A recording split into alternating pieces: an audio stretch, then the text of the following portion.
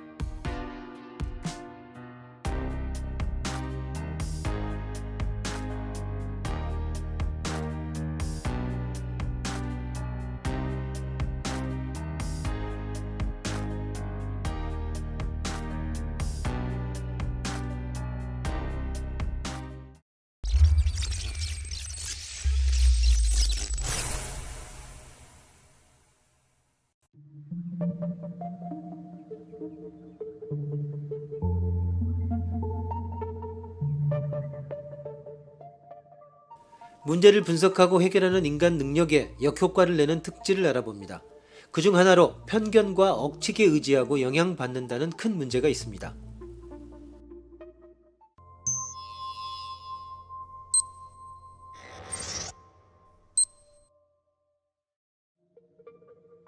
다음 7가지 상황 가운데 죽을 가능성이 높다고 생각한 순서에 따라 나열해 보시오. 1. 출산 중인 여자. 2. 35세에서 45세 사이의 사람. 3. 학교의 성년. 4. 누구나 어떤 이유로든. 5. 번개를 맞아서. 6. 임무 수행 중인 경찰. 7. 비행기 충돌.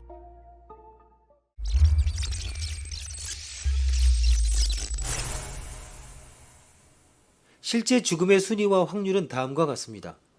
1위는 누구나 어떤 이유로든 118명 중 1명, 2위는 35세에서 45세 사이의 사람 437명 중 1명, 3위는 임무 수행 중인 경찰 4,500명 중 1명, 4위 출산 중인 여자 9,100명 중 1명, 5위 비행기 충돌 16만 7천명 중 1명, 6위 번개 200만 명 중 1명, 7위 학교의 성면 1,100만 명 중 1명.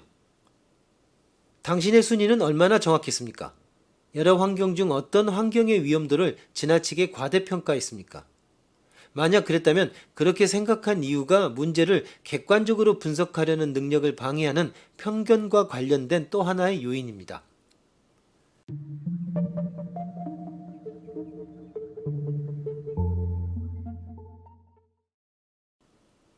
행동을 제약하고 지배하고 강요하는 무의식적인 믿음인 편견은 새로운 개념이 아닙니다. 18세기 철학자 임마누엘 칸트는 우리의 정신을 다음과 같이 이론화했습니다. 정신은 불가이한 세상의 지식을 우리에게 알려주기 위해 고안된 것이 아니라 특별한 관점, 그러니까 일종의 어떤 편견으로 접근해야만 하게끔 고안되었다. 우리가 하는 거의 모든 행동은 편견에 의해 행해집니다. 예를 들어 어두운 방으로 걸어 들어갈 때 우리는 본능적으로 벽에 있는 전등 스위치를 찾습니다.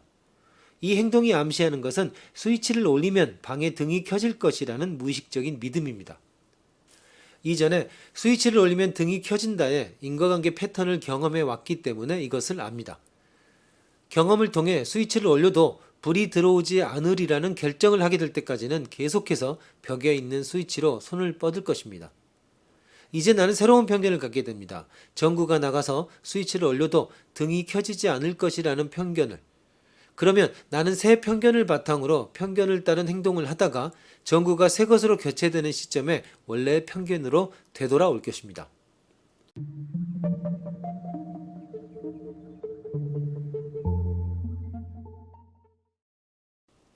다른 정신적 특질과 마찬가지로 편견의 지름길 메커니즘은 본능적이며 통제에서 벗어나 있습니다. 편견을 습득하는 것은 의식적인 과정이 아닙니다. 우리는 정말로 하는 역할이 없습니다. 정신은 우리의 지식이나 의식적인 입력 없이 편견을 습득합니다.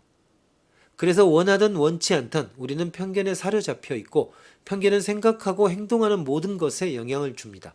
그것이 바로 정신이 작동하는 방식입니다. 편견 덕분에 우리는 정신적인 지름길을 활용해 새로운 정보를 매우 신속하게 처리할 수 있는 반면 이런 처리의 신속함과 무의식적인 편견 때문에 우리는 진실을 왜곡하면서 편견을 강화시키고 좋지 않은 영향을 받아왔습니다.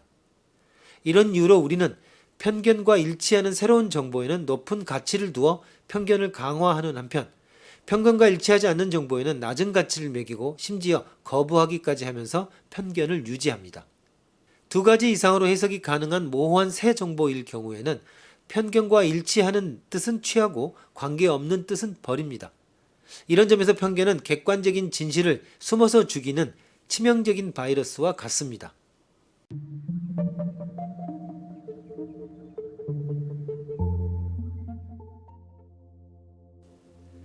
숨어있는 편견들은 분석적인 과정의 주요한 요인들입니다.